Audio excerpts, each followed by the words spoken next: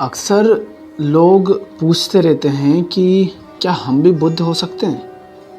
और मैं उनसे हमेशा यही कहता हूँ कि हाँ, तुम भी हो सकते हो। लेकिन फिर उनके मन में कुछ और बातें आती हैं। वो कहते हैं कि फिर उन कहानियों का क्या, जो बुद्ध के बारे में बताई जाती हैं कि जब उनका जन्म नहीं हुआ था तब उनकी माँ को सपना आया था, देवता उनकी माँ के सपने में आए थे, वो हाथी कुछ उनके चारों तरफ घूमा था।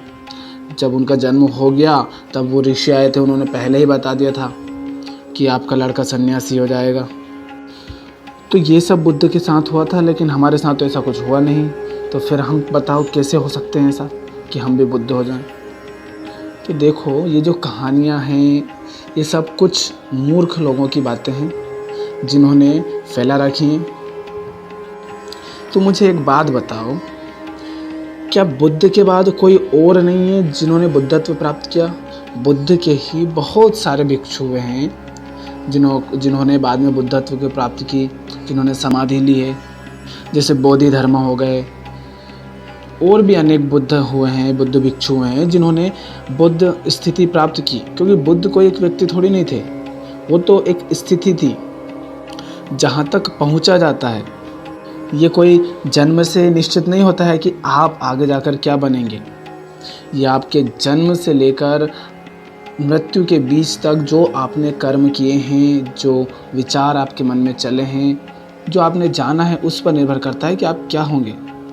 बुद्ध के बाद जो बुद्ध भिक्षु हुए, क्या उनके साथ ऐसा हुआ था? उनके बारे में तो ऐसी कोई कहानी नहीं है कि उनकी माँ को सपना आया था या उनके कोई ऋषि आए थे जिन्होंने उनके बारे में बताया हो कि आगे जाकर सन्यासी हो जाएगा, बुद्ध के साथ ये रहने लगेगा, उनका भिक्षु हो जाएगा। ऐसा कुछ तो उनके बारे में किसी ने नहीं कहा था। फिर उनको कैसे हो गया? लेकिन क्या होता है कि जो असली चीज़ होती है ना, अक्सर हमसे वो छुपा ली जाती है। बुद्ध ने बचपन में ही बहुत सारे ऋषियों के, संतों के पास जाकर के शिक्षा ली थी, ज्ञान लिया था, ग्रंथों को पढ़ा था, वेदों उपनिषदों को पढ़ा था, सब उन्होंने पढ़े थे।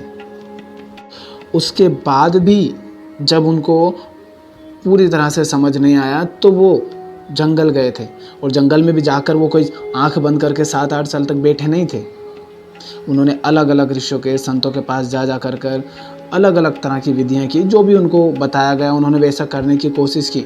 और ये ऐसा नहीं है कि एक बार में या किसी एक ही ऋषि ने उनको सब कुछ बता दिया हो और उनको समझ आ गया हो। 7 से 8 साल तक इधर उधर जंगल में भटकना, सिर्फ वो एक को जानने के लिए ही। फिर बताओ कैसे नहीं जान पाएंगे वो उसे? और इसका अर्थ ये नहीं कि उनको कोई दिव्य शक्तियाँ प्राप्त हो गई हैं, नहीं। बस उन्होंने अपना स्वभाव जान लिया, उन्होंने जो हो रहा है उसे वैसा ही देखा जैसा वो हो रहा है। बुद्ध होने के लिए आपको किसी कथा की या आपकी माँ को कोई सपना, इसकी ज़रूरत नहीं है।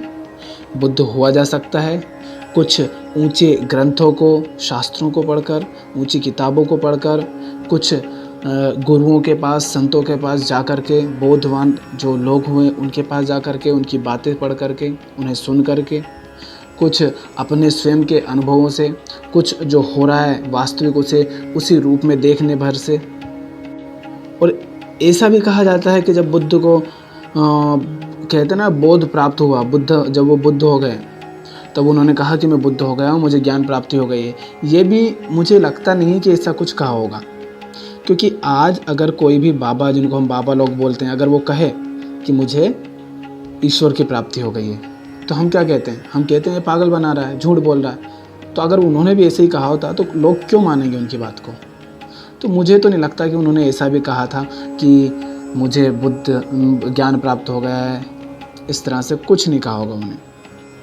क्योंकि जहाँ तक बात है कि जब बुद्धत्व प्राप्त होता है या आप उस स्थिति में पहुँच जाते हैं जहाँ पर, जिसे कहा जाता है कि आप आत्मस्थ हो गए हो, तब शायद आपको ऐसा कुछ कहने की ज़रूरत ही नहीं होती। और शायद आपको भी वो पता नहीं चलता है कि आप उस स्थिति तक पहुँच चुके हैं। क्योंकि जब ऐसा होता है तो वो एकदम नहीं होता है कि एकदम से कुछ परिवर्तन हो गया या रोशनी चमकने लगी, ऐसा कुछ नहीं होता है। आप शास्त्रों के पास जाओ, गुरुओं के पास जाओ, जो हर किसी गुरु की नहीं बोल रहा हूँ मैं, जो आजकल बहुत सारे ढोंगी फिर रहे हैं, मैं उनकी बोल रहा हूँ जो ग्रंथों का ज्ञान तुम्हें दे, उनकी शिक्षा तुम्हें दे। उनके पास जाओ और जो हो रहा है उसे वास्तविक स्वरूप में देखो, नकारो नहीं। अपनी कमियों को देखो, जो तुम मन में कुछ और होता है और जानते हुए भी कुछ और करते हो, उनको देखो। और ऐसा भी नहीं है कि ज्ञान प्राप्त हो जाता है तो आपको कुछ करने की ज़रूरत ही नहीं होती है। बुद्ध भी जीवन भर बहुत चले हैं, बहुत बोले हैं, बहुत सुनाया है लोगों को उन्होंने, लोगों की बहुत सुनी है उन्होंने। उसके अलावा बुद्ध के इस बारे में कुछ और कहानियाँ बताई गई हैं कि वो तो उन्होंने जब एक बूढ़े व्यक्ति को देखा, एक बीमार व्यक्ति को देखा और एक मुर्दे व्यक्ति को ले जाते हुए देखा जलाने के लिए, तो उनको समझ आया कि मतलब ऐसा कहा जाता है ना कि उन्होंने पहली बार ऐसा देखा था। तो ऐसा नहीं है कि आज तक बुद्ध 25-30 साल के जब हो गए थे तब उन्होंने ऐसा देखा था, क्या तब तक उनके साथ कोई ऐसा कुछ नहीं हुआ कि वो कभी बीमार नहीं है, सर्दी जुकाम नहीं हो या बुखार नहीं आई हो, कुछ नहीं हुआ होगा क्या? ये कितनी मतलब बात है कैसे अजीब सी की जैसे कि उनके साथ हुआ नहीं होगा।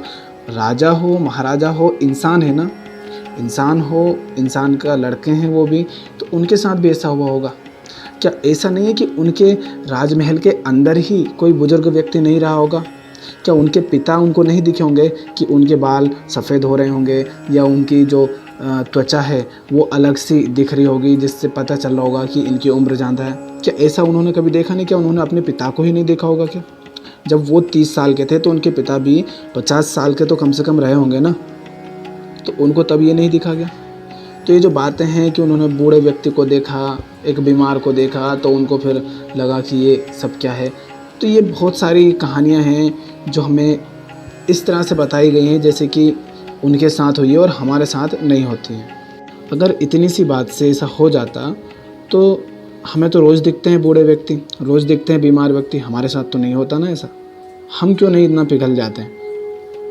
तो इसीलिए मैं कहता हूँ कि ऐसी जो कहानियाँ हैं, बहुत सारी मनगढ़ंत कहानियाँ हैं जो उनके बारे में बना दी गई हैं, इससे विचलित ना होकर आप अच्छी पुस्तकें पढ़ें, ऊंची पुस्तकें पढ़ें। अगर गुरु मिल जाएं तो उनके पास जाएं, उनसे ज्ञान लें, शिक्षा लें। अपने जीवन को ईमानदारी से देखें, क्या जी रहे हैं, क्या कर रहे हैं, क्या डर में आप जी रहे हैं, क्या शंका में जी रहे हैं, क्या शर्म से जी रहे हैं, क्या आप जो कर रहे हैं वो लालच में कर रहे हैं, क्या हर छोटी छोटी बात पर आपको गुस्सा आ जाता है, क्या आप कुछ कर रहे हैं जिसमें हिंसा है। इन सब को ईमानदारी से देखिए और जब इन सब से आप ऊपर उठेंगे तो अपने आप बदलते जाएंगे, आप स्वयं बदल जाएंगे, आपको फिर किसी और की ज़रूरत नहीं लगेगी। लेकिन वहाँ तक पहुँचने के लिए आपको पहले ज़रूरत होती है ऐसे लोगों की, ऐसे गुरुओं की, ऐसी पुस्तकों की, जहाँ पर आप जाइए तो ज़रूर आप भी बुद्ध हो सकते हैं।